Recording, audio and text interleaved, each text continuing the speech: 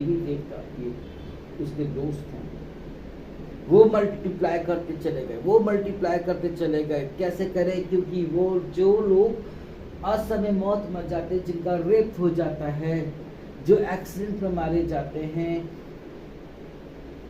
वो लोग जो असमय मौत मरते हैं, वो शैतान के दोस्त बन जाते हैं, उनकी टीम में जुड़ जाते हैं, उनके टीम मेंबर बन जाते हैं, उनके बन जाते हैं। मेरे प्रियो, और जब दूसरा बच्चा हमको प्रभु आशीष देता है, you know what, that time हम उसको कुछ नया देते हैं और कुछ पुराना देते हैं, बड़े भाई का, बड़ी बहन का। क्यों? सेकंड है। पहले को हम पहला प्यार करते हैं, और वचन में दिया है कि पहलौटा परमेश्वर का।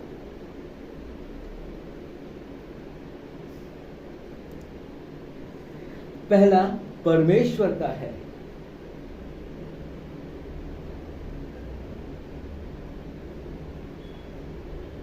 प्रभु अच्छा भाग, उत्तम भाग मांगता है।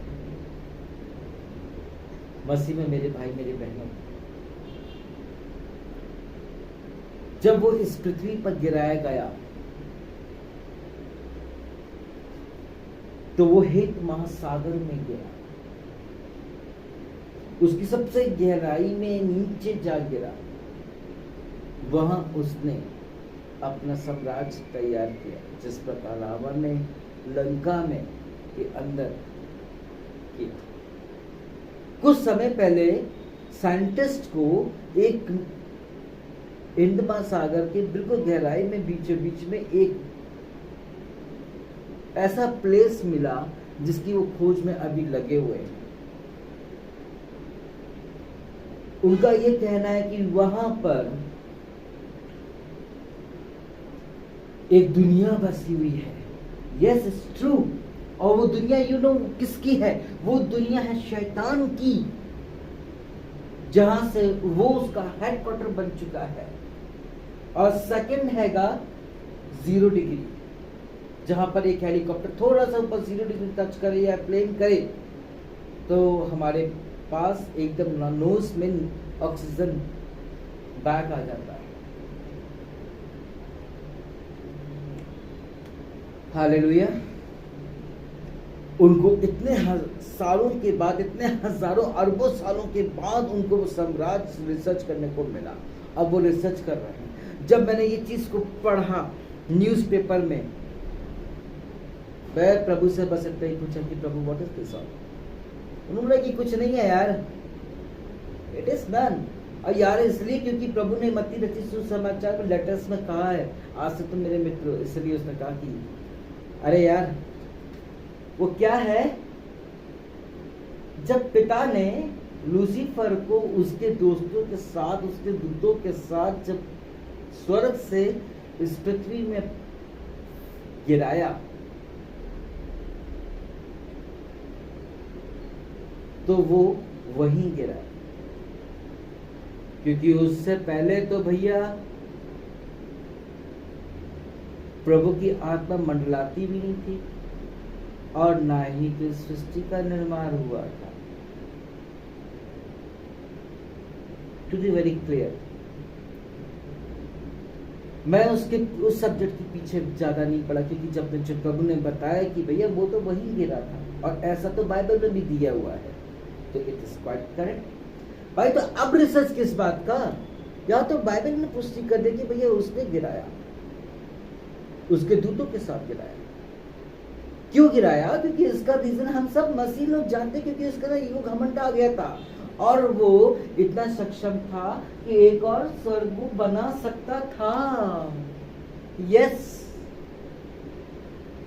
लेकिन परमेश्वर नहीं चाहता था, कोई भी पिता नहीं चाहता कि उसका बाप, उसका पुत्र उससे बड़ा था।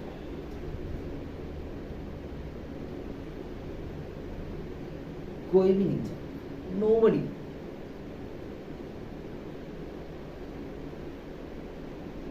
क्योंकि प्रभु ने उसको अपनी महिमा के लिए तैयार किया था और वो करने क्या लग गया?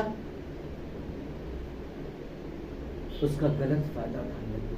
आज मैं यदि किसी को यहाँ पर मैनेजर की पोस्ट दे दूं, जनरल मैनेजर की पोस्ट दे दूं, वो कुछ दिन अच्छा काम करे और उसके बाद वो इतना ईगो घमंड, उसको जब पब्लिसिटी मिल जाए, इतना ईगो घमंड आ जाए तो वो गिरने लगेगा। एक है बात, किसी को भी हम थोड़ा सा जिम्मेदारी का काम देते हैं तो माय डियर्स क्या होता है, वो लोग जिम्मेदारी के साथ साथ कई एक ऐसा काम कर जाते हैं जो गैर जिम्मेदारी होता है, जो परमेश्वर को पसंद नहीं है, जिसके कारण अपने मुंह दिखाते हैं। वहीं पर भी ऐसे ही कुछ हुआ, जब परमेश्वर ने उसका एज अ वर्शिप लीडर चुना तो उसका कर्तव्य बनता था कि वो वर्शिप करे, वो कर रहा था। यहां तक कि जब उसको तैयार कर दिया गया तो उसने पृथ्वी के हर जगह पर चुम्बन किया, ऐसा बताया।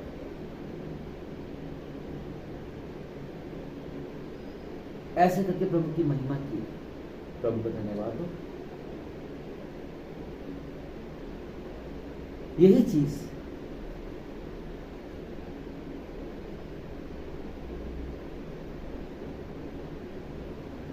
हम मनुष्यों के अंदर ईगो घमंड आ जाता है, जब हमको थोड़ा सा नाम, इज्जत या कुछ रिस्पॉन्सिबिलिटी मिलता है।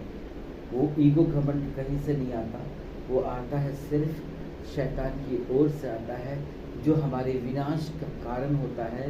और ठीक उसी रीति से मसीहों, जैसे ही उसमें घमंड आया, उसको परमेश्वर ने एक क्षण नहीं बख्शा और उसको और उसकी टीम को गिरा दिया। उसने ये कभी सोचा नहीं था कि परमेश्वर उसके साथ ऐसा करेगा, और तब से लेके आज तक की डेट पे वो उत्पात ही मचा रहा है। और उत्पात उसने मचाना छोड़ा नहीं, जो उसने अपनी गलती को एक्सेप्ट नहीं